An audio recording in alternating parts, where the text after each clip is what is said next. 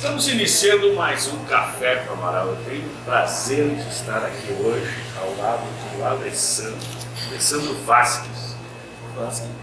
E hoje, Alessandro, tu é conhecido, tu acrescentou, e aqui em Tapes a gente tem essas coisas de ir acrescentando. Agora há pouco nós estávamos falando fulano mecânico,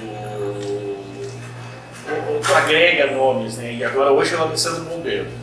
Isso virou um sobrenome, né? Virou um sobrenome, se hoje na comunidade tu perguntar quem é o Alessandro Vasques, é muito difícil alguém saber. Mas falar o Alessandro Bombeiro, todo mundo sabe. Eu sempre inicio o programa com uma pergunta para os meus convidados, que vem aqui tomar um café nessa parceria do site A Notícia com o Café e Lancheria Macedo.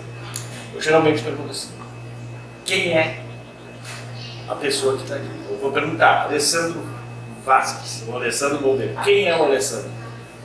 Bom, João, hoje o Alessandro, todo mundo sabe que é o comandante do Corpo de Bombeiros Voluntários da cidade de Tapes. Estou nessa atuação de bombeiro na cidade já há 15 anos. Mas até eu chegar nessa jornada de bombeiro voluntário, passou bastante tempo. Eu e minha família, a gente sempre foi muito humilde. Família em termos, né? Que sempre foi eu e minha mãe. Sou tapense, nasci na Barra do Ribeiro por acidente. Minha mãe saiu daqui para visitar minha madrinha, eu acabei nascendo na Barra do Ribeiro. Mas sou tapense, sou de Tapes, né?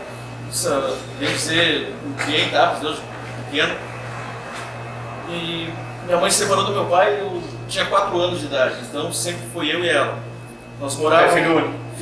Filho único. Nós morávamos lá no Butiá. Meio caminho entre Barra e Tapes, né? Então tu é daquele corredor ali, Tapes, Barra do Ribeiro, tu te criou por aí. Me criei por ali, eu e minha mãe e meus avós maternos, né? Sim. Então, a nossa vida foi sempre muito dura ali. Morei ali até meus 17 anos. Né?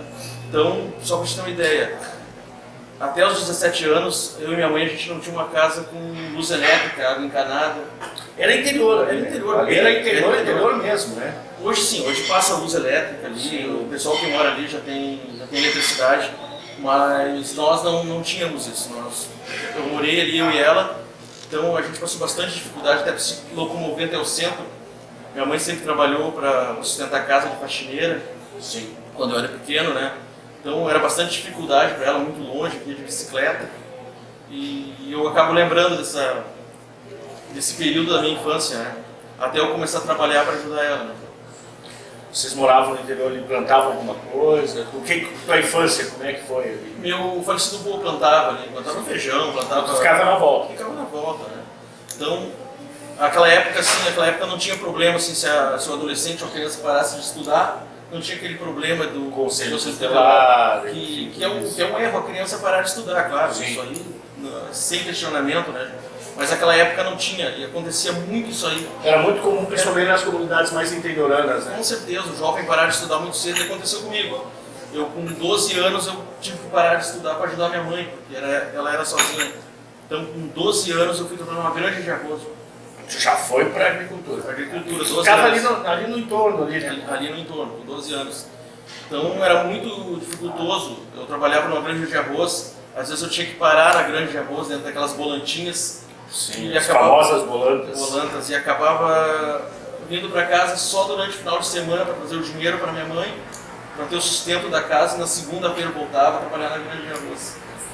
Isso aí se estendeu por algum tempo, depois eu saí da granja de arroz e acabei trabalhando nos Matos do Pinos. Eu conheci os Matos do Pinos através de uma turma, que acho que pouca gente lembra, que eles começaram a cortar os pinos do outro lado da lagoa, no Pontal, e eles contrataram várias empresas na época ali de 1993, 1994.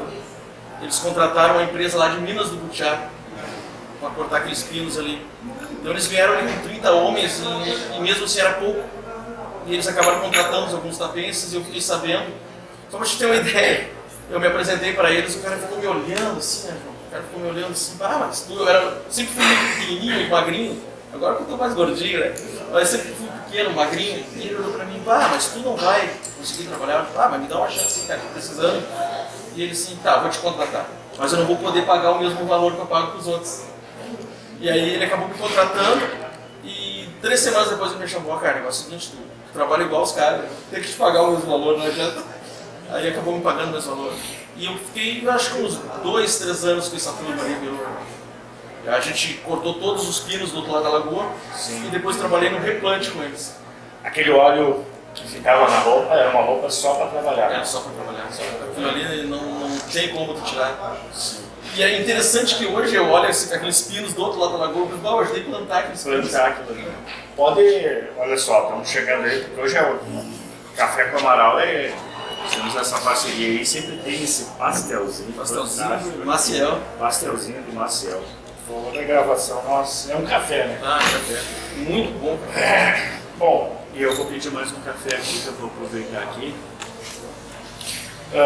Alessandro, 17 anos tu vem pra TAPS. Tá, essa fase ainda tu estava ali quando tu foi trabalhar no mato, o arroz e o mato, tu já estava aqui no Arroio Teixeira? Não, o mato ainda eu trabalhava lá fora. Eu morava ali no Monteiro. Porque os caminhões entravam por lá, pela antiga porteira. Pela antiga porteira. Tinha que passar ali perto da tua casa. Tinha que passar perto da casa. Aí tu veio com 17 anos, tu veio para Arroio Teixeira? Eu vim para Arroio Teixeira porque foi uma necessidade, Bruno. Então, como eu trabalhei muito tempo em granja, arroz, mato, e eu não conseguia associar isso a estudos. Então, sim, tu tinha parado. Tinha parado de estudar, eu não conseguia associar isso a estudos. E eu tentei pegar por várias vezes na Schmidt Irmãos. E eu não conseguia pegar na Schmidt Irmãos porque eles não me davam emprego por causa da distância onde eu morava. E eu insistindo com eles ali, com o pessoal do departamento pessoal, de não, eu preciso trabalhar, eu queria pegar na fábrica, que é um serviço mais leve. Hoje eu trabalho em granja de arroz, serviço de mato, então eu preciso de um serviço mais leve que eu possa voltar a estudar. E eles me olhavam assim, fazia a ficha e acabavam não me chamando. Todos não me chamavam.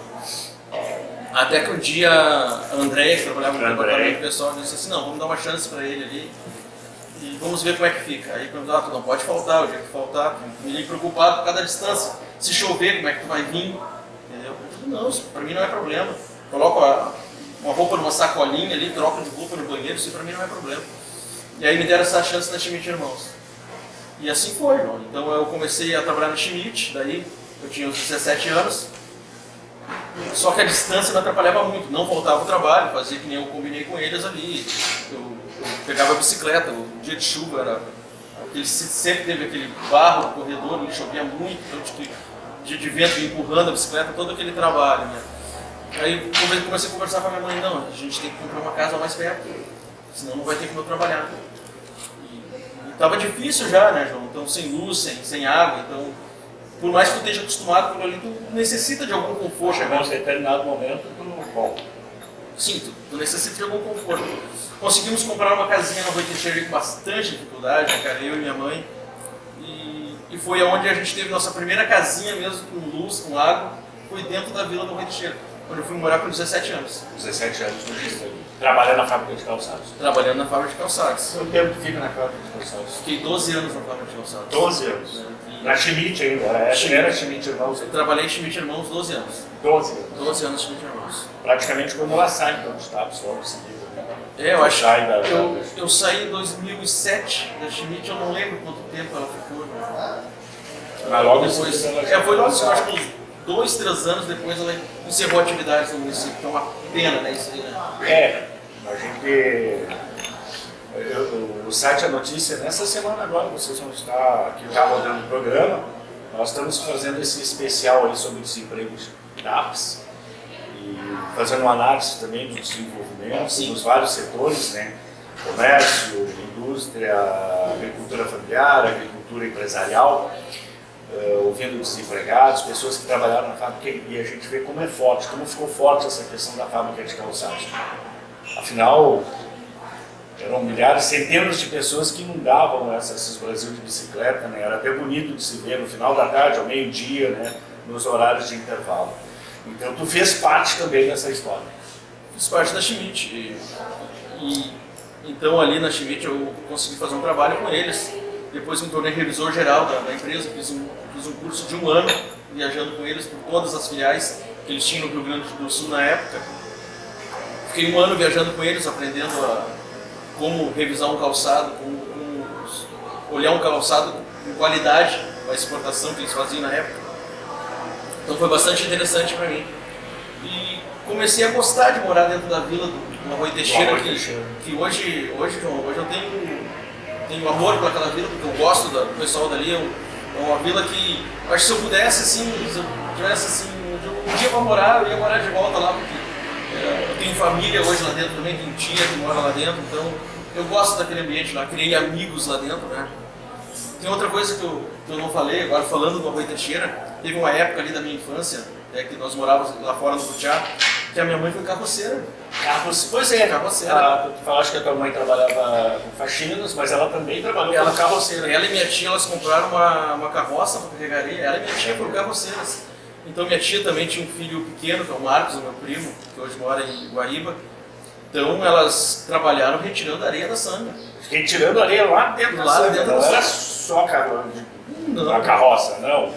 Hoje tu pode perguntar para os carroceiros mais antigos, ali, o Flávio, o pessoal do Arroio ali, eles vão lembrar disso aí. Eles até ficavam admirados com 2 mulheres no meio desse monte de homem.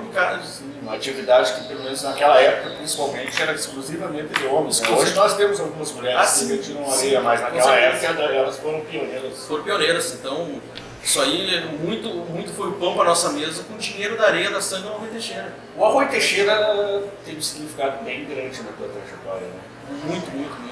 Muito, assim, eu não posso negar, porque eu tenho um vínculo muito forte dentro do Arroio, tenho amigos lá de dentro, como eu falei, perdi amigos ali, o Vilmar Mala era meu amigo íntimo, então assim, ó, cara, agora, sério.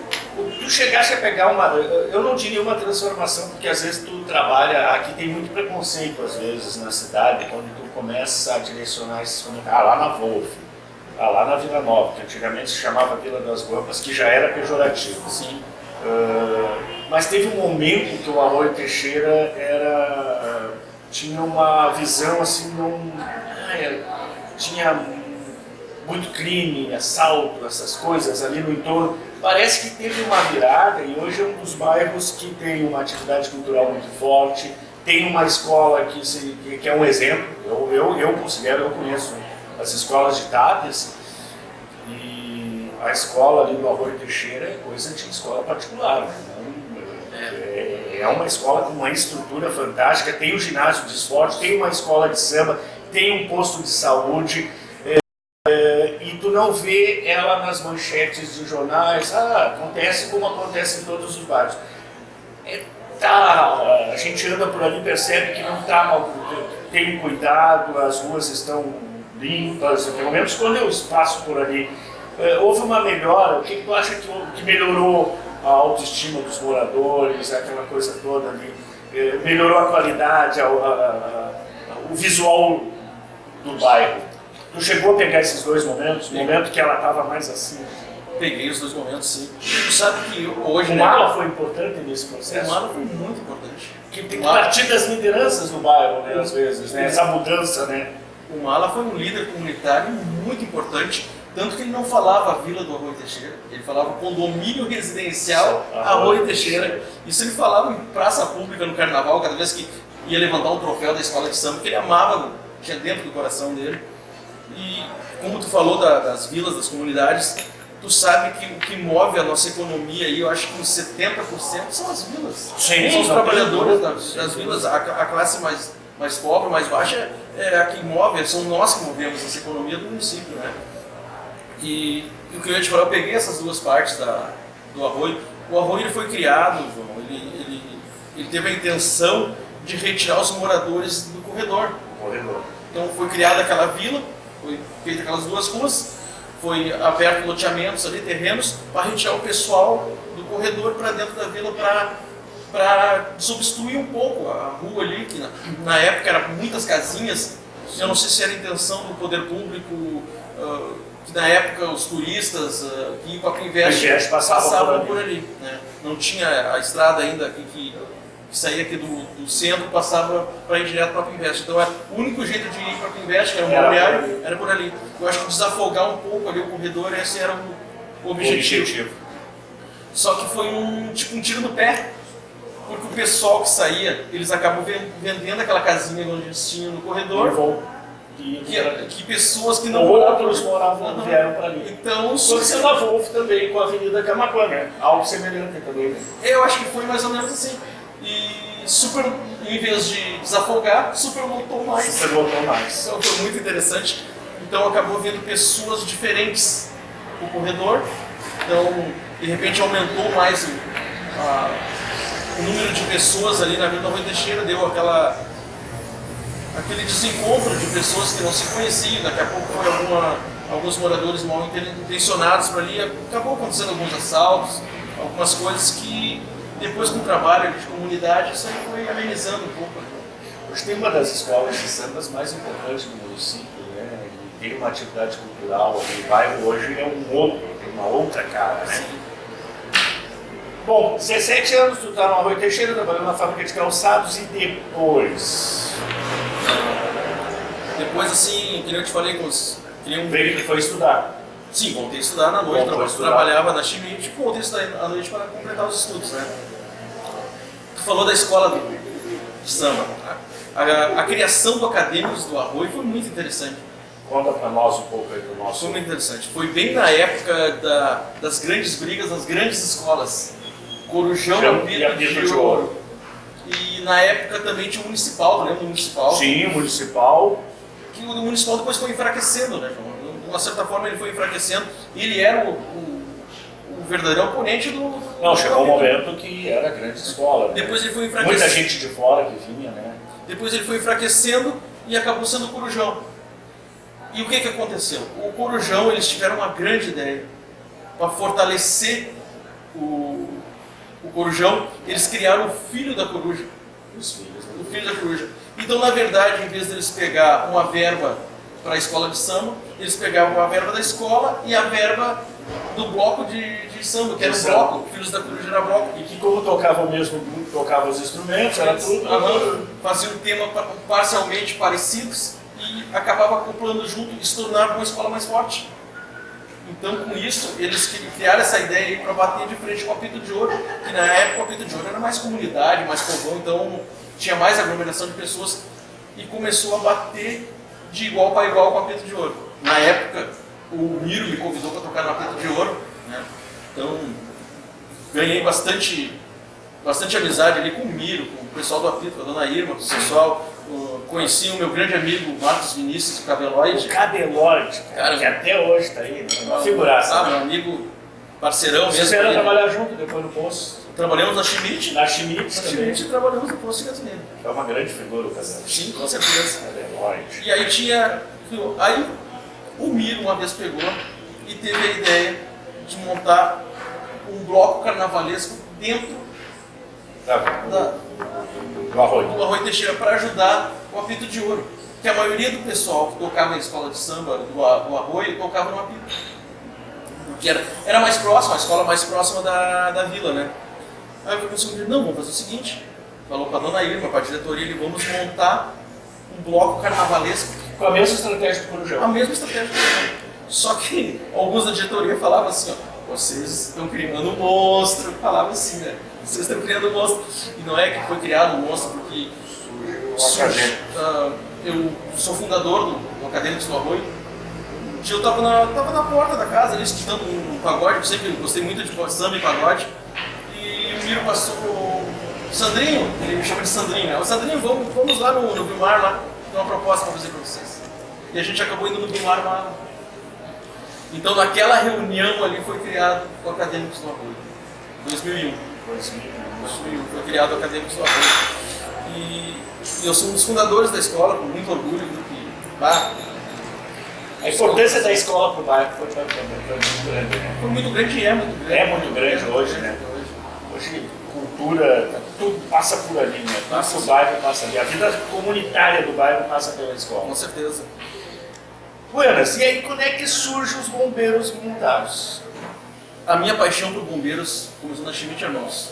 Ah, sim. Eu trabalhei na Schmidt também. Trabalhou né? na Schmidt? Trabalhei 2 anos na Schmidt Irmãos.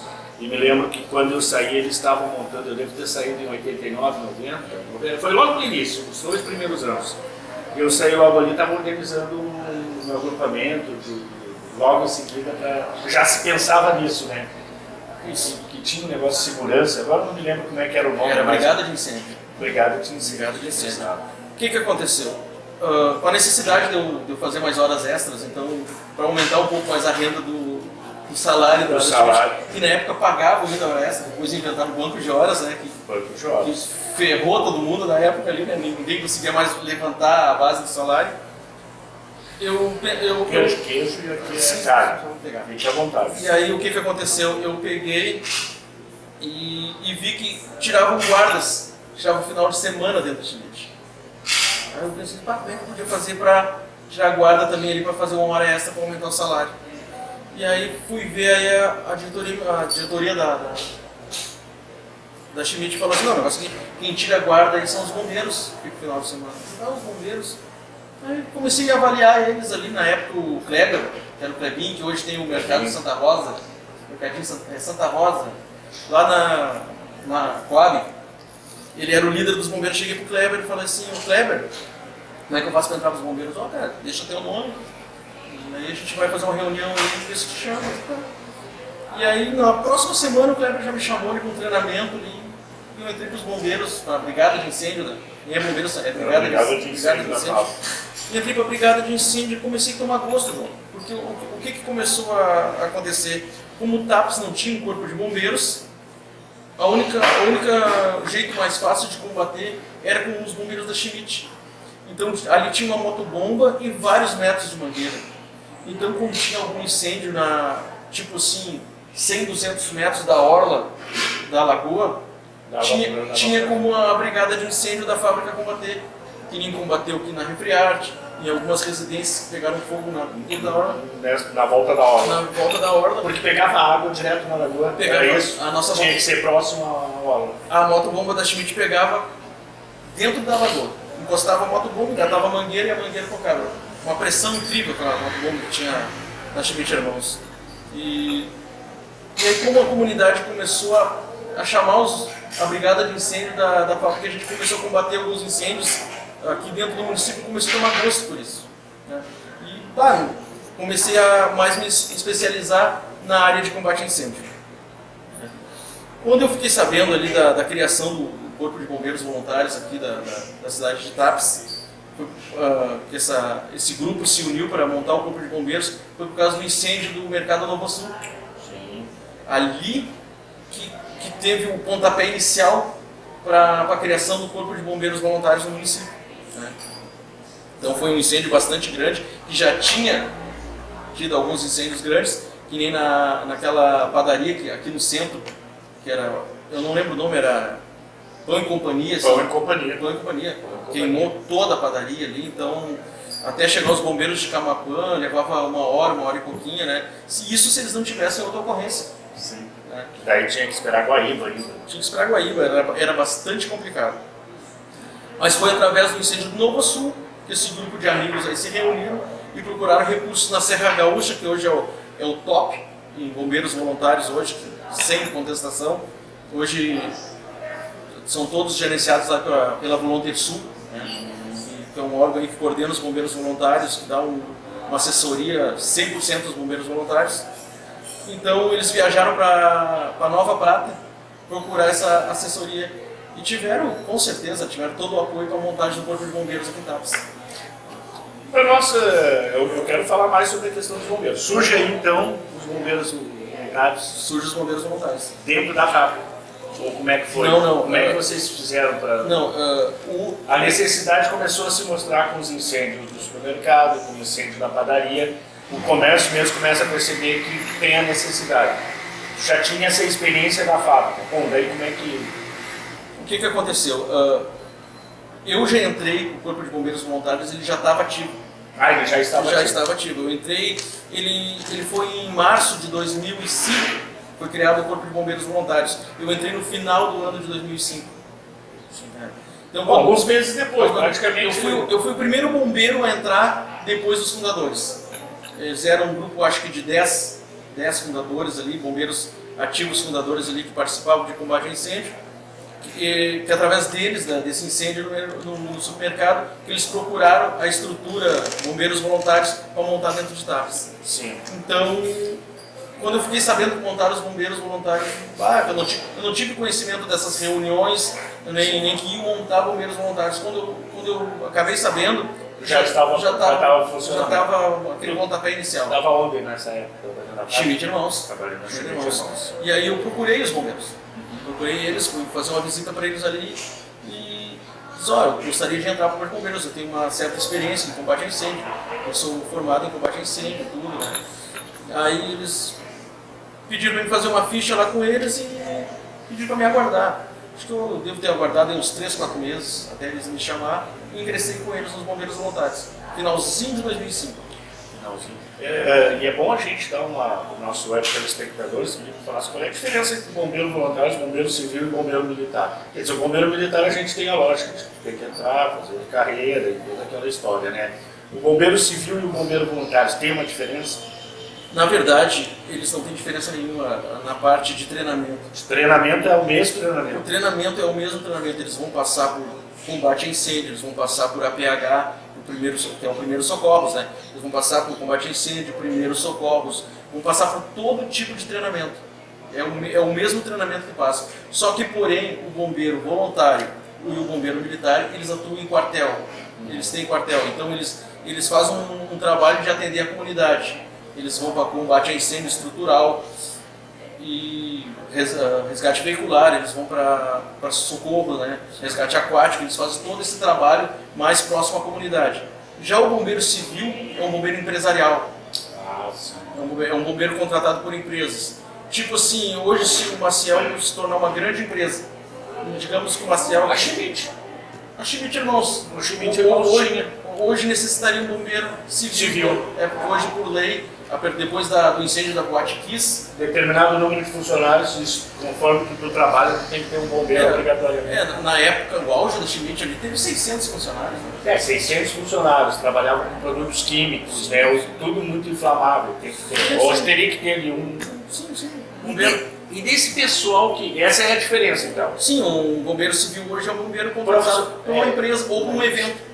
Hoje, se tu fizer um grande show particular, tu tem que ter bombeiro. Tu tem que ter um bombeiro de prevenção lá, que dá um pequeno incêndio, ele sabe onde está as mangueiras para puxar, evacuar o pessoal, abrir as saídas de emergência, até um batalhão, uma corporação de combate chegar no local para combater. Então, daria para se dizer que há uma proximidade maior entre os bombeiros voluntários e o bombeiro militar?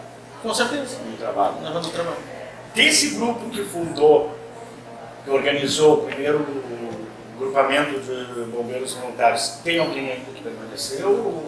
Ou como é voluntário, vai trocando?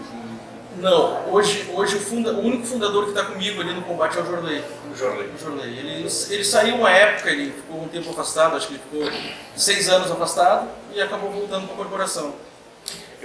Mas hoje o bombeiro com mais tempo de corporação sou eu ali dentro. E o Luiz Alex. Antes de nós irmos para os comerciais, nós temos um intervalinho, eu vou te perguntar, se lida com bombeiros voluntários, acaba lidando com situações que necessita ter um equilíbrio emocional, né? Sim. Um incêndio, um afogamento, um acidente. Qual foi o momento que tu foi atender uma ocorrência e deu aquela frouxidão nas pernas e tu disse, não, mas eu estou aqui porque eu tenho que cumprir essa tarefa profissional de bombeiro, né? Eu estou aqui dos bombeiros voluntários, mas te impactou, assim. Teve algum momento? Sim, sempre tem. Eu acho que toda ocorrência acaba sendo... Tu tem que ter sangue frio, né? Sim, o que eu vou te falar? Todo bombeiro, eu acho que todo bombeiro no início ele tem esse impacto, sabe? Da primeira ocorrência, do primeiro atendimento. Então até tu ser calejado pela profissão, tu sofre um pouquinho. Tu vê aquela pessoa que está ali agonizando, ali, tu tem que salvar, tu tem que colocar a mão, não adianta. Ela está dependendo de ti ali. Naquele momento, a pessoa que está acidentada ou sofreu um acidente ali grave e tu precisa tirar ela de uma certa situação, ela depende de ti. Ela vê em ti o socorro que ela necessita. Então tu não pode mostrar nenhum tipo de sentimento que tu tá abalado com a situação perto dela. Tu tem que tranquilizar ela. Sim, com certeza tem que tranquilizar. A vítima para que ela possa... Isso também se prepara muito no treinamento com a bombeira. Prepara muito o psicológico. Hoje, para te ser um bombeiro voluntário, tu tem que fazer exame médico, exame psicológico, para poder entrar na corporação, né? E pega um incêndio numa grande indústria, que tu tá ali, vai ter o prejuízo material, mas daí tu vai lá numa casa, no corredor, e tu que vem dessa tua história de vida, e tu vê uma pessoa que necessita, perde tudo, depois quando tu chega em casa, que na hora tu tem que ser profissional, tu tem que controlar as emoções, mas quando tu chega em casa tu pensa, putz, aquela família perdeu tudo. E não é fácil recuperar. Uma coisa é o cara perdeu, vamos supor, tem um negócio, uma empresa e tem seguro, e tinha um capital aguardado, vai poder, tu sabe que vai poder recuperar, sabe? Mas tu sabe que aquela família ali perdeu as roupas, perdeu a história muitas vezes, né? Dela foi ali naquela casa, no corredor, vamos supor, assim, que recentemente teve um aqui no corredor da família Mariano. Ali, né? Isso. Aí como é que tu vê assim? Tu chega em casa depois de tudo, tu tem... É que na hora tu na hora tu não... na hora tu tem aquela ação de ajudar, né? Então tu é impulsionado só ao combate, à proteção. Depois que tu começa a avaliar mesmo os danos que aquela vítima, aquela família teve. Inclusive, tu sabe que Tapes, por mais que às vezes as pessoas de Tapes são um pouco afastadas, sabe, João? Tem cidades muito mais unidas, cidades que se abraçam, mas Tapes hoje eu acho que está mudando um pouco essa mentalidade. Viu? Quando tu abre uma campanha, tu abre solidariedade, aquela família que necessita é ajudada. É ajudada. E eu tô sentindo isso, então a esperança aí não está longe, viu, João? A gente vê isso aí. Que nem aconteceu com a última família, que nem tu falou, né? Então foi feita uma campanha bastante grande para a ajuda deles e teve um respaldo incrível. A população ajudou mesmo.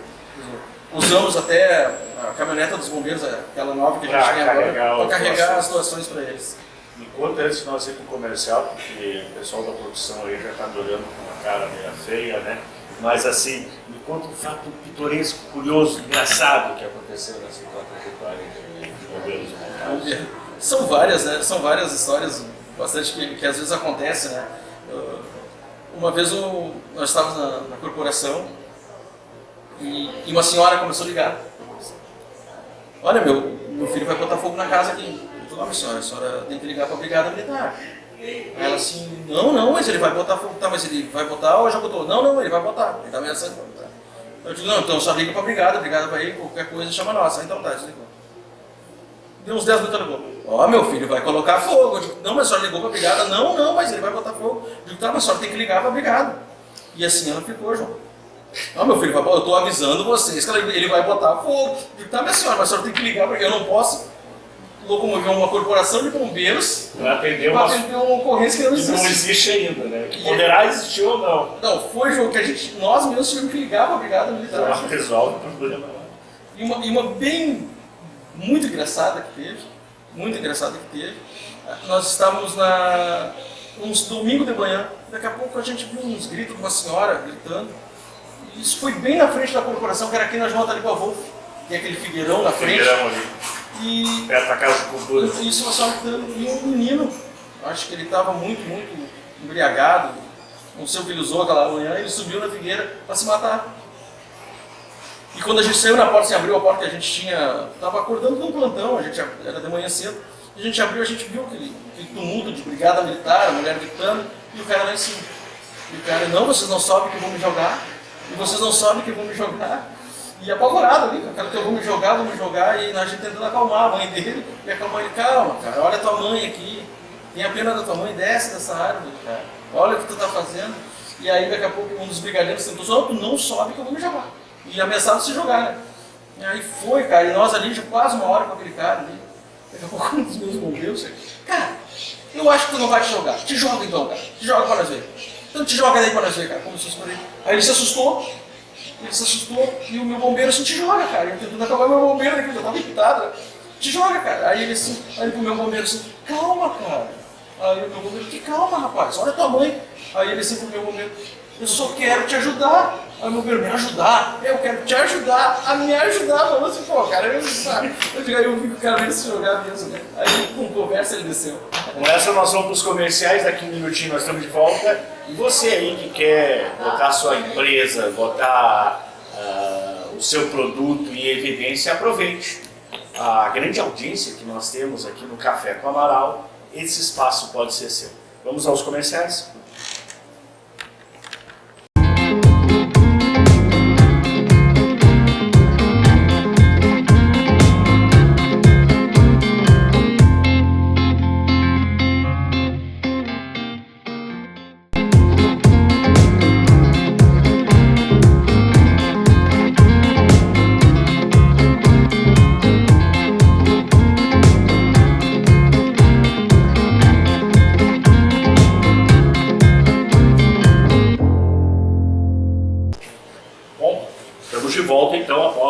nosso comercial aqui com um pastelzinho. Esse pastel aqui é uma sábado pela manhã. Bom, Alessandro, vamos concluir essa conversa ainda sobre a questão dos bombeiros voluntários, que depois eu tenho umas perguntas no final, aqui na reta final, que são mais pessoais, né? Mas hoje não tem como dizer quem, Alessandro, como nós conversávamos no início, né? Tá ali, Alessandro Bombeiro, ponto. Não tem como nós... Eu não vou conseguir fugir dessa ideia. Não. Os bombeiros voluntários surgem com essa preocupação de incêndios, mas hoje é a abelha, é o gato que subiu na árvore, é o animal exótico lá, ou um animal selvagem que está aí na volta da cidade, é o afogamento, é alguém que está perdido na lagoa, é um caso de acidente, é na BR-116, é na RS-717, é nas estradas vicinais do município, enfim, hoje ganhou uma dimensão que não é só o combate ao incêndio. Como é que foi essa... Tu acompanhou essa transformação de sair só do foco do incêndio para essa gama muito grande aí de... Essa transformação do Corpo de Bombeiros, João, ela, bem dizer, ocorreu comigo, na minha gestão como comandante do Corpo de Bombeiros. A população já começou a exigir mais da corporação. E tá certo, se tu tiver bombeiro na cidade é bombeiro, não adianta tu ter bombeiro hoje para combate a incêndio. Foi criado o Corpo de Bombeiros única e exclusivamente para combate a incêndio. Então os bombeiros voluntários de Tapes, eles não atendiam mais nada. Não adiantava tu chamar os bombeiros a apoiar num acidente, não tinha resgate aquático, então não tinha retirada de animais peçonhentos, não adiantava te chamar para retirar uma cobra, uma abelha, um gato, então único exclusivamente para combate a incêndio. Só que não adianta, a gente não ia conseguir manter isso aí. Então a gente começou a atender a população em todas as áreas que a população mesmo necessitava, né? E tivemos que se adaptar e se formar a essas especialidades que a população estava necessitando tanto, né? Que nem tu falou. Inclusive, um amigo meu me fez uma pergunta de quantas pessoas eu salvei na lagoa. Ou melhor, quantas pessoas morreram na lagoa. Aí eu acabei falando para ele, olha, eu consigo lembrar de quantas eu salvei. Eu salvei 3 pessoas na lagoa. O número de corpos que eu tirei da lagoa eu não consigo mais contabilizar. É só olhando os registros do quartel mesmo, olhando ali quantos corpos a gente já buscou dentro dessa lagoa. E esse verão foi mais tranquilo, mas teve verão aí que foi complicado. Complicado, bastante complicado mesmo. Às vezes as pessoas olham nossas águas calmas aí e acabam se aventurando e dá problema. Apoio. A gente sabe que, bom, são voluntários, não recebem salário, mas tem toda uma estrutura, tem a gasolina, tem um caminhão que é uma batalha permanente, tem o uniforme, tem as ferramentas, os instrumentos, enfim, é um custo. Apoio. Como se mantém, como custeia tudo isso, como financiar, quem financia, como é que vocês buscam recurso? Sabe que o ano de 2018 e 2019 foi bastante generoso com os bombeiros voluntários, tá? Lá para os meados ali de 2017, o Corpo de Bombeiros Voluntários está quase extinto. Então, com a degradação dos prédios aqui da Orla, e nós estávamos ali, o que aconteceu? Os prédios começaram a apodrecer telhado, a gente procurou os donos dos prédios para ver se a gente conseguia reformar, porque estava estragando equipamento, estragando caminhão, o nosso caminhão já estava na rua já, bem dizer, e como eles não podiam mais reformar aqueles prédios ali que estavam em trâmites de retirada daqueles prédios, então a gente ficou com as mãos atadas, não tinha para onde ir. Foi cogitado várias vezes nós fechar a corporação dos bombeiros voluntários de Tapes, inclusive a gente teve 4 anos naquela balança ali na beira da lagoa, que não podia dizer que era um quartel. Aquilo ali era um prédio onde nós colocávamos os equipamentos, guardávamos o caminhão, a lancha. Mal dava para guardar os... Não, porque não tinha um dormitório, não tinha um banheiro, não tinha nem como tirar um plantão. Nós íamos para ali, ficava algumas horas, fechava, ia para cada uma das suas casas, porque não tinha como ficar ali. Era úmido, era molhado, então muito ruim mesmo, muito ruim. Então, estávamos à procura de um prédio, à procura de um lugar para habitar que fosse confortável para os bombeiros, porque nós já fizemos um trabalho voluntário. Então, nada mais que justo que os bombeiros tenham um conforto, tenham um local digno para ficar. E ficamos sabendo que a Brigada Militar tinha recusado aquele prédio ali da Corlac, Antiga Corlac. Antiga Corlac, né? Que é um prédio muito velho, é um prédio que já estava se decompondo do tempo, já estava sendo depredado ali, então procuramos o pessoal que era responsável por aquele prédio para tentar ganhar aquele prédio. Né? Entramos em contato com o Marcos Vinícius, que na época ele trabalhava na Corsan. Era diretor administrativo da Corsan. Isso, diretor administrativo da Corsan. Que nos recebeu extremamente bem, o cara fora de sério, né? Então ele se mostrou bastante interessado em repassar aquele prédio para os bombeiros e conseguiu repassar, né? Na verdade, ele não repassou direto para os bombeiros, né? Tem que ter todo um trâmite legal. É repassado para o município, já destinado ao Corpo de Bombeiros. Então, repassa ao município, o município repassa aos bombeiros voluntários. Né? Fizemos um contrato de 5 anos, né? Que já está em 3 anos esse contrato. Né? A gente já vai para 3 anos ali. O que aconteceu? Como eu falei que a Brigada Militar recusou, porque era um alto custo para a reforma daquele prédio para a Brigada Militar. Na época, não lembro o valor, mas era um custo sim, acima da média. E o que aconteceu? Como a Brigada não quis, a gente quer, a gente vai para a comunidade. Vamos ver se a comunidade abraça esse projeto junto com os bombeiros. E a gente está ali, né? Não conseguimos reformar todo ele, digamos que ele está 50% habitável, né? A gente está na luta ainda de reforma daquele prédio. Graças a Deus, hoje a gente conta com um banheiro, com um dormitório, tem 3, 4 salas já que a gente guarda equipamentos. E a gente está reformando ele a passos de tartaruga, mas está indo. A população está ajudando, o comércio nos ajuda também. A gente mantém ainda o convênio com o município. Quanto é esse convênio? O valor?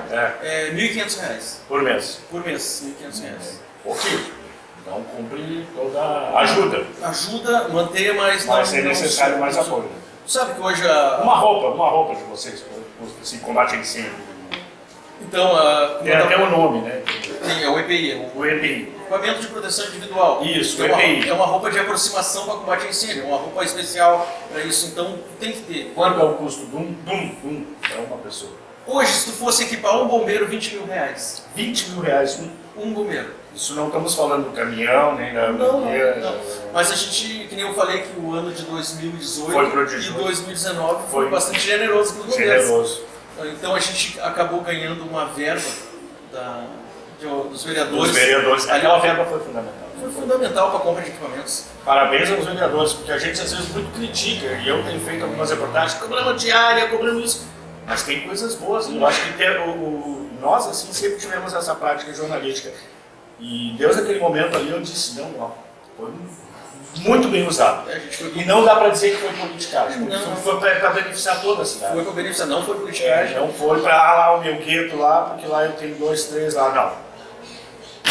Foi para beneficiar toda a cidade, porque ninguém está livre de um dia acontecer alguma coisa que vai precisar dos bombeiros. A gente foi procurado pelo Laguardia e pelo Eduardo, Sim. que repassaram aquela verba parlamentar deles para a compra de equipamento. Foi 38 mil. Então a gente conseguiu comprar botas de combate a incêndio, 6 EPIs e mais um equipamento de respiração, né? Tínhamos 2, compramos mais um, ficamos com 3. Então, graças a Deus, hoje a gente está bem equipado para combate a incêndio. Né? E, Alessandro, o caminhão, né, dessa situação, agora vocês recentemente ganharam uma caminhonete, né? Aquela caminhonete veio da PRF. Da Polícia Rodoviária Federal. Polícia Rodoviária Federal. Então, a gente descobriu aquela caminhonete através dos bombeiros voluntários de Eldorado. O seu Araújo, um cara fora de série, que hoje apoia nós 100%. Hoje mesmo. Nós estamos gravando aqui. Tem uma turma minha se formando com ele lá. Ele iniciou uma formação de bombeiros voluntários, que hoje ele tem uma estrutura excepcional lá para a formação. Ele tem instrutores, ele tem tudo. E ele, quando eu falei para ele da minha dificuldade de formar bombeiros voluntários dentro do município, que eu não tinha esse campo de treinamento, e ele não tem problema nisso. Pode pegar os bombeiros voluntários e se formar aqui comigo. O cara fora de série. E através dele eu descobri essa caminhonete, que ele falou, a PRF está trocando as viaturas dele, quem sabe tu faz um pedido, nós vamos fazer também um pedido, quem sabe tu faz um pedido. E me deu todos os trâmites ali, onde chegar, como fazer, Cara, então, hoje a TAPS tem essa Frontier que é incrível para carregar equipamento, atender com a SAMU na faixa, para colocar o desencarcerador em cima. É sensacional. Hoje a TAPS tem essa estrutura, tem essa viatura, graças ao seu Araújo de Eldorado ali, que deu toda essa barbada para nós. E o caminhão? Esse caminhão há anos que a gente vem batendo, né? Tu sabe que o Corpo de Bombeiros foi criado, no início não tinha caminhão. Eles apagavam incêndio, não peguei essa época, foi bem no iníciozinho ali, eles apagavam os incêndios com trator e com tanque-pipa. Até quando incendiou aquela serraria no final da 13 de maio, eles combateram com trator e com tanque-pipa e uma motobomba. Foi feita uma grande campanha na época na comunidade, com os empresários e comunidade para adquirir um caminhão. O amarelinho aqui. Era uma caçamba já velha, anos 79, 80, que ela foi reformada e transformada num caminhão de combate. Então, na época era o que tinha, né, João? Na época era o que tinha. O que aconteceu? Eles acabaram montando um tanque ali, um tanque de ferro mesmo, que supriu as necessidades aí por 15 anos, né? Então, todo mundo sabe que um caminhão de corpo de bombeiros tem que estar sempre com água dentro. Aí tu imagina um tanque de ferro 15 anos com água dentro. Né, João? E já era um caminhão adaptado, um caminhãozinho velho, ele aguentou 15 anos.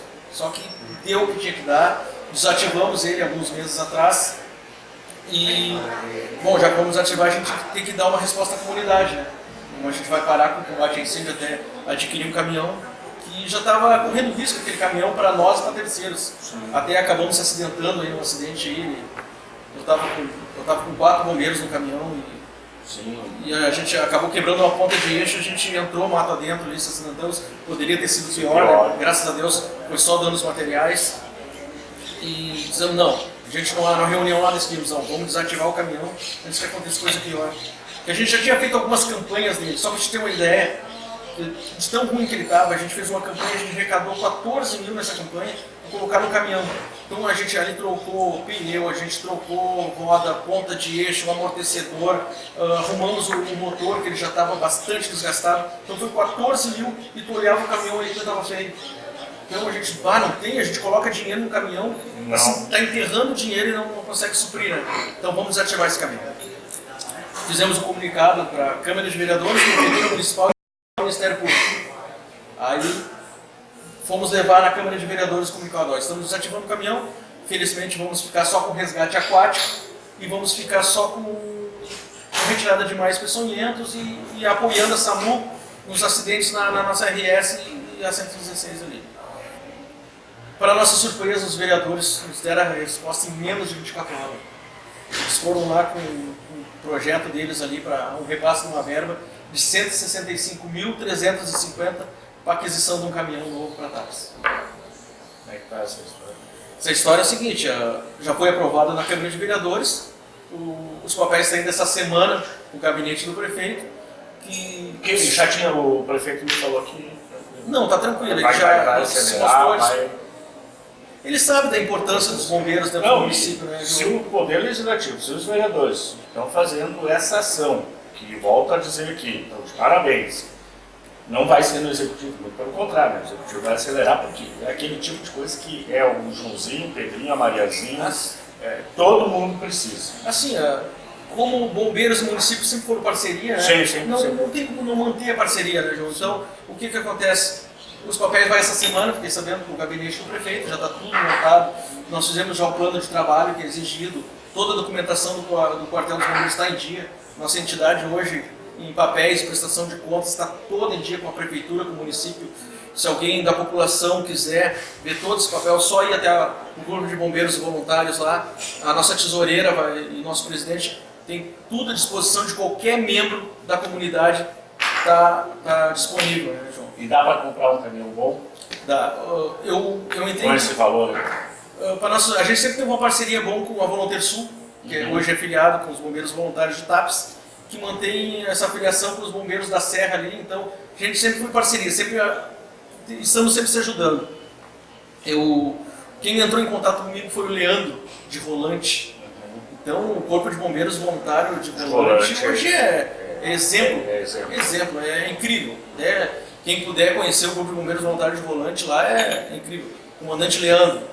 E ele nos deu um uma grande luz nisso aí. Ele diz, olha, Sandro, o negócio que tu precisar de mim na montagem desse caminhão, estou à disposição. Eu digo, vou precisar muito, né? Então ele ajudou a nós fazer o descritivo, ele entrou em contato com a empresa lá que vai montar esse caminhão, o que nós vamos fazer? É 165 mil.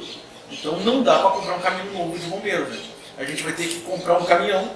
A gente estava pensando em comprar um cargo 1722, e esse cargo 17 a gente faz 3 orçamentos, procura 3 caminhões, o mais barato a gente compra e manda para essa empresa. Essa empresa também, a gente vai ter que ver a empresa aí, vai ter que ver 3 empresas de montagem de caminhão. A mais barata a gente manda montar, que vai montar um caminhão muito bom para o Corpo de Bombeiros, né? Que vai ficar parecido com um caminhão de igrejinha. Depois a gente mandar a foto do caminhão de igrejinha, vai ficar muito parecido com o caminhão de igrejinha. Bom, para nós concluirmos o programa aqui, vamos voltar ao Alessandro, porque agora nós estamos vendo bombeiro, o Alessandro. Agora o Alessandro. Sonho. Qual o sonho que tu tem ainda? A pessoa, o Alessandro Vasques, né? Qual é o sonho que o Alessandro tem ainda para a sua vida? Cara, tu é um cara novo, né? Deve ter sonhos, né? Sim, com certeza. Eu acho assim, João, que eu evolui bastante como pessoa, como trabalhando com a comunidade. Sempre trabalhei muito com a comunidade, né, João? E o meu sonho mesmo, João, é transformar o Corpo de Bombeiros aqui num Corpo de Bombeiros top para o município, que supra todas as necessidades mesmo. Eu queria ter bombeiros 24 horas por dentro da instituição, que qualquer membro da população pudesse ligar, eu preciso de uma ambulância agora, em 10 minutos está ali, em 5 minutos está ali.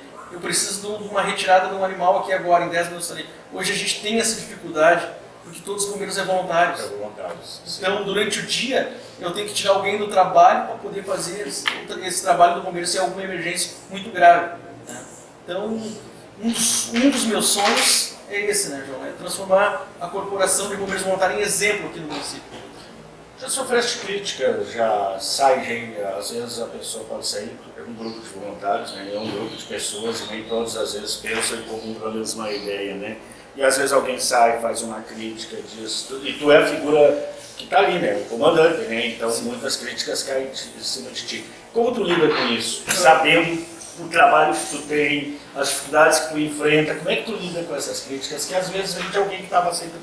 teve por um bom momento perto. Né? Ah, sim, com certeza. Tu sabe que prego que se destaca leva martelada. Isso é certo, é certo.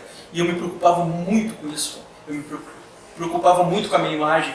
Quando daqui a pouco sempre sai algum bombeiro desgostoso, não entra em discordância com algumas decisões dentro da corporação, acaba saindo e falando lá que o Alessandro quer mandar, o Alessandro quer isso, quer aquilo. Mas eu me preocupava muito, eu corria atrás, eu tentava ver o que estava acontecendo. Tu sabe que isso aí faz parte do amadurecimento. Sim. Quando tu acaba vendo que os cachorros latem e a carruagem passa, tu acaba não dando mais ouvidos para aquilo ali. Eu acho que se tu fizer um bom trabalho, tu como o João, fazer um bom trabalho como jornalista, um cara que está no meio do povo, um cara que está, eu sei que tu é um cara do bem, um cara que está sempre pensando no bem do município, não adianta 1, 2, 3, 4 falar mal de ti, porque tem 30 para te defender e dizer, não, o João não é aquele. Então, eu aprendi a conviver disso aí, sabe? Então não adianta, João. É que nem a velha história, nem Jesus Cristo agradou. Não, isso não tem dúvida. É mais como a gente lida. Eu sinceramente, não é eu que sou entrevistado, mas como é um bate-papo, a lógica do programa é essa. Claro. Num primeiro momento a gente se é mais imaturo, né? Depois tu vai, no amadurecimento, vai levando, tu tem consciência do teu trabalho, e isso tanto serve para nós, jornalistas, como para quem também faz o trabalho. Porque eu sei que quando tu resolveu ser candidato a vereador, deve ter vindo, mas é aquilo que tu diz. Um faz a crítica, mas tem 5, 6 que realmente reconhecem o trabalho da gente, né? Tu tem que, assim, ó, com o amadurecimento tu vê. Tu nunca é criticado por quem faz mais que tu. Não. Tu é criticado sempre por quem faz menos que tu. Então, exatamente. Quando tu acaba assimilando isso aí na tua vida, tu fica tranquilo. Futuro de TAPS, na visão do Alessandro. João, eu não desisti ainda da... Nós temos uma série, essa semana nós estamos fazendo essas matérias de desemprego, e nós que fomos oriundos da fábrica de calçados, né? E convivemos também aqui com o crescimento do turismo na década de 90. A nossa geração, Alessandro, ela pegou uns momentos assim que a economia estava Depois aquela construção civil agora nos últimos tempos aí, né? E daqui a pouco a economia do país está assim, né? A gente sabe toda uma conjuntura que a gente está vivendo aí a nível nacional. Sim. Mas e o futuro de TAPS? O que tu pensa para o futuro de TAPS? Eu coloquei meu nome para candidato a vereador há 4 anos atrás, né? Então foi uma campanha, não campanha. Eu coloquei meu nome e acabei tendo dificuldades ali no início ali por problemas de registro. Custei iniciar a campanha dizendo que eu era candidato a vereador e também deu aquele problema do casal desaparecer na Lagoa, bem na época dos 45 dias ali de campanha, que desses 45 eu fiquei, digamos, 3 semanas na Lagoa.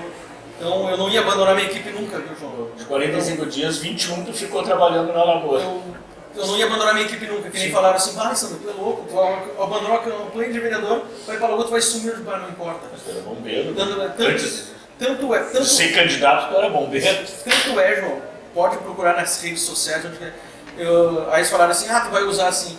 Eu digo, não vou usar nada. Pode procurar as buscas daquele casal na Lagoa. Não, eu acompanhei, porque a gente acompanhou fazendo a cobertura, né? Tu pode olhar todas as fotos e registros. Eu fiquei todos os dias, eu não apareço em nenhuma foto e nenhum registro. Nenhuma foto e nenhum registro. Não criar. Então, bem dizer, eu fiz uma campanha, não campanha. Quando eu vi, tinha passado a campanha eleitoral, então eu recebi a ajuda de algumas pessoas ali que distribuíram alguns santinhos. Eu não gastei um centavo na campanha eleitoral. E para te ver que faltou 9 votos para eu ser vereador. Sim, faltou 9 votos. 9 votos para ser vereador. Foi uma surpresa para mim. Então isso é o trabalho que tu faz na comunidade, né? E o meu sonho, João, meu sonho mesmo, eu gosto de TAPS, não saio de TAPS por nada, já poderia ter ido embora de TAPS, porque eu sou um cara com vasta experiência na área de bombeiro, recebi outras oportunidades em outras cidades para ir embora, para trabalhar com bombeiro, não, esse é o meu projeto, TAPS bombeiro, TAPS bombeiro é meu projeto.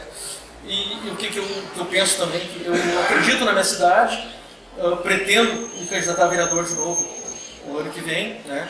E quem sabe prefeito da cidade, né, João? Tentar levantar essa cidade com emprego, pensar mais nas comunidades, que eu sou comunidade, né, João? Eu não posso fugir da minha origem, né? Eu costumo dizer que as pessoas, e agora ouvindo isso de ti, que bom que na política nós tivermos pessoas que sonham, que idealizam e que não estão em busca de um cargo ou de um emprego. Estão em busca de um sonho, de um idealismo, que é tornar... Eu me reconheci muito na tua fala, no sentido que eu fiquei 10 anos fora de TAPS, eu estive em São Gabriel, fui plantar arroz, não saí de TAPS para plantar arroz em São Gabriel, mas assim, eu tive oportunidades de ir para Porto Alegre, região metropolitana, trabalhar como jornalista ali naquela região, e quando eu saí daqui não foi para trabalhar como jornalista, foi para plantar arroz, né? É uma coisa muito pitoresca, mas assim, não adianta, cara. Eu prefiro estar em TAPS com todas as dificuldades. Hoje a gente sabe a dificuldade, nós dependemos muito do comércio, né? Da publicidade do comércio, e nesses momentos de crise a coisa aperta e tu pensa, pô, mas será que eu tenho que... Mas não adianta, a gente vai ganhando um amor à cidade, a qualidade de vida aqui, e os nossos sonhos acabam ficando presos entre a BR-116, Arambaré e Barra do Ribeiro, e nós ficamos com os nossos sonhos, as nossas vontades aqui não saem daqui, não adianta, né? Por mais que tu saiba que lá. Eu fico pensando às vezes, pô, eu poderia estar ganhando mais, e num emprego com carteira assinada, pô, mas eu tenho uma empresa aqui, o site, eu sei da importância dele, não me adianta ganhar mais lá e fazer aquela correria de cidade grande ou numa cidade que eu não conheço.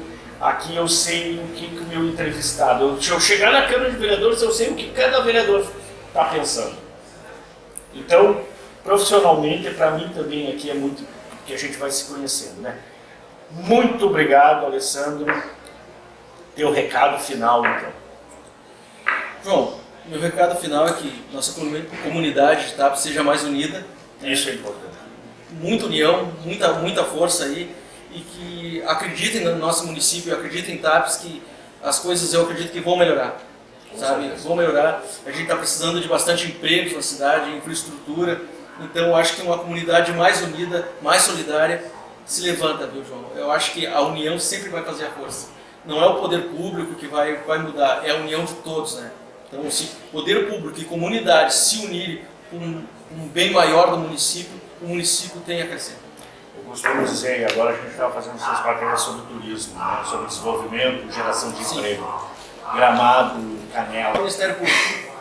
Aí fomos levar na Câmara de Vereadores comunicar, nós estamos desativando o caminhão, felizmente vamos ficar só com resgate aquático e vamos ficar só com retirada de mais peçonhentos e apoiando a SAMU nos acidentes na nossa RS e a 116 ali. Para nossa surpresa, os vereadores nos deram a resposta em menos de 24 horas. Eles foram lá com o projeto deles ali para um repasse de uma verba de 165.350 para aquisição de um caminhão novo para TAPS. Como é que está essa história? Essa história é a seguinte, já foi aprovada na Câmara de Vereadores, os papéis saem dessa semana no gabinete do prefeito, que já tinha, o prefeito me falou que... Não, está tranquilo, ele vai já acelerar, vai... Ele sabe da importância dos bombeiros dentro do município, né? Se o Poder Legislativo, se os vereadores estão fazendo essa ação, que volto a dizer aqui, então, parabéns, não vai ser no Executivo, muito pelo contrário, o Executivo vai acelerar, porque é aquele tipo de coisa que é o Joãozinho, o Pedrinho, a Mariazinha, todo mundo precisa. Assim, como bombeiros e municípios sempre foram parceria, né? Sim. Não tem como não manter a parceria, né, João? Então, o que acontece? Os papéis vai essa semana, fiquei sabendo que o gabinete do prefeito já está tudo montado. Nós fizemos já o plano de trabalho que é exigido, toda a documentação do quartel dos bombeiros está em dia. Nossa entidade hoje, em papéis, prestação de contas, está toda em dia com a prefeitura, com o município. Se alguém da população quiser ver todos os papéis, só ir até o corpo de bombeiros voluntários lá. A nossa tesoureira e nosso presidente tem tudo à disposição de qualquer membro da comunidade, está disponível, né, João? E dá para comprar um caminhão bom? Dá. Eu entrei... Com esse valor? A gente sempre teve uma parceria boa com a Volunteer Sul, que hoje é filiado com os bombeiros voluntários de TAPS, que mantém essa filiação com os bombeiros da Serra ali, então a gente sempre foi parceria, estamos sempre se ajudando. Quem entrou em contato comigo foi o Leandro, de Rolante. Então o Corpo de Bombeiros Voluntário de Rolante hoje é exemplo, é incrível, né? Quem puder conhecer o Corpo de Bombeiros Voluntário de Rolante lá é incrível. O comandante Leandro. E ele nos deu uma grande luz nisso. Ele disse, olha, Sandro, o negócio que tu precisar de mim na montagem desse caminhão, estou à disposição. Eu disse, vou precisar muito, Leandro. Então ele ajudou a nós fazer o descritivo, ele entrou em contato com a empresa lá que vai montar esse caminhão. O que nós vamos fazer? É 165 mil. Então não dá para comprar um caminhão novo de bombeiro, né? A gente vai ter que comprar um caminhão. A gente estava pensando em comprar um cargo 1722. E esse cargo 17 a gente faz 3 orçamentos, procura 3 caminhões, o mais barato a gente compra e manda para essa empresa. Essa empresa também, a gente vai ter que ver a empresa aí, vai ter que ver 3 empresas de montagem de caminhão. A mais barata a gente manda montar. Que vai montar um caminhão muito bom para o Corpo de Bombeiros, né? Que vai ficar parecido com um caminhão de igrejinha. Depois a gente mandar a foto do caminhão de igrejinha, vai ficar muito parecido com o caminhão de igrejinha. Bom, para nós concluirmos o programa aqui, vamos voltar ao Alessandro, porque agora nós estamos vendo bombeiro, Alessandro. Agora o Alessandro. Sonho. Qual o sonho que tem ainda? A pessoa, o Alessandro Vasques, né? Qual é o sonho que o Alessandro tem ainda para a sua vida? Cara, tu é um cara novo, né? Deve ter sonhos, né? Sim, com certeza. Eu acho assim, João, que eu evolui bastante como pessoa, como trabalhando com a comunidade, sempre trabalhei muito com a comunidade, né, João? E o meu sonho mesmo, João, é transformar o Corpo de Bombeiros aqui num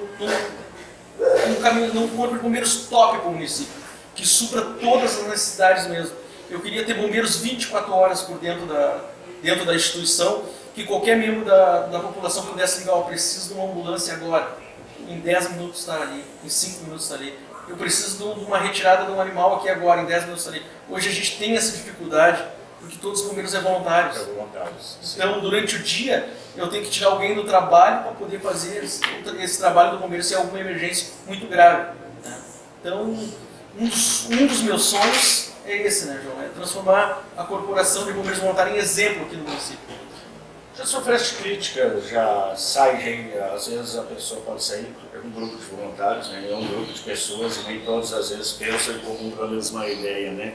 E às vezes alguém sai, faz uma crítica disso, e tu é a figura que está ali, né? O comandante, né? Então muitas críticas caem em cima de ti. Como tu lida com isso? Sabendo o trabalho que tu tem, as dificuldades que tu enfrenta, como é que tu lida com essas críticas? Que às vezes vem de alguém que estava sempre, teve por um bom momento perto. Né? Ah, sim, com certeza, João. Tu sabe que prego que se destaca leva martelada. Isso é certo, é certo.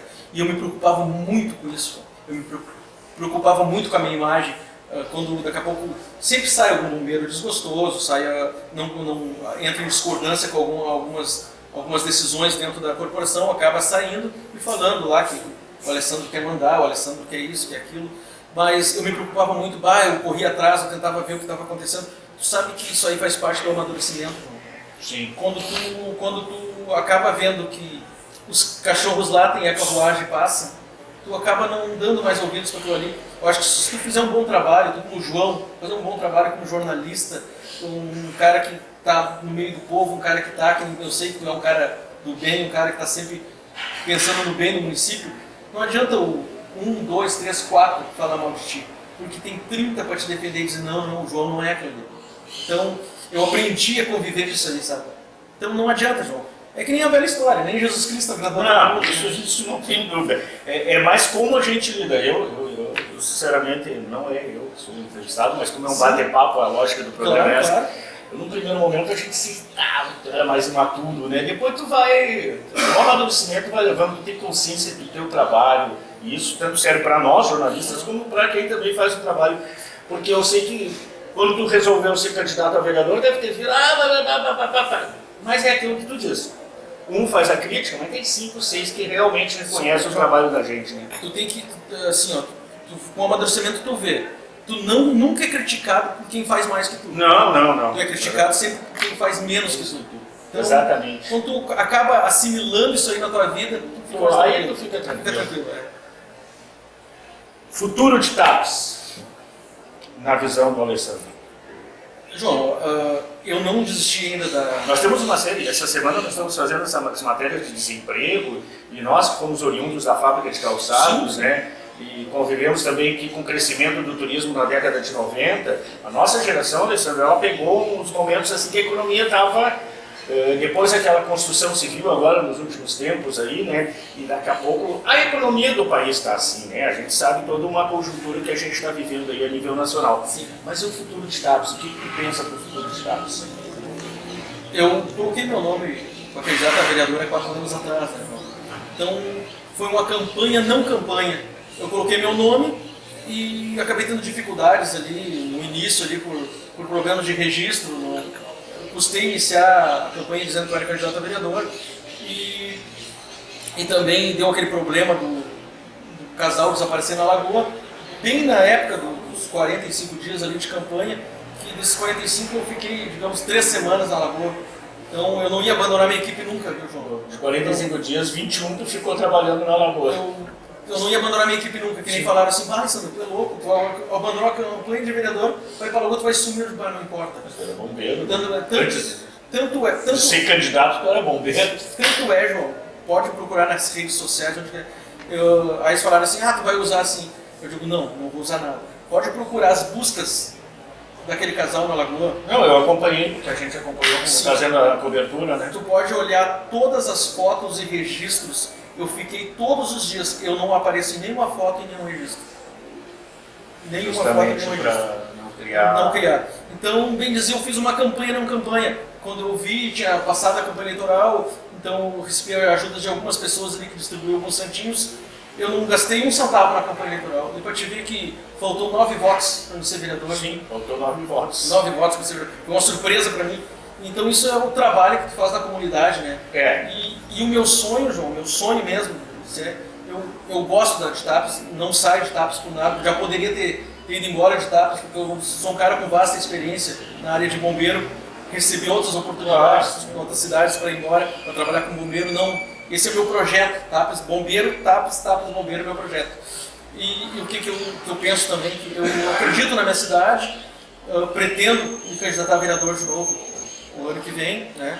E quem sabe prefeito da cidade, né, João? Tentar levantar essa cidade com emprego, pensar mais nas comunidades, que eu sou comunidade, né, João? Eu não posso fugir da minha origem, né?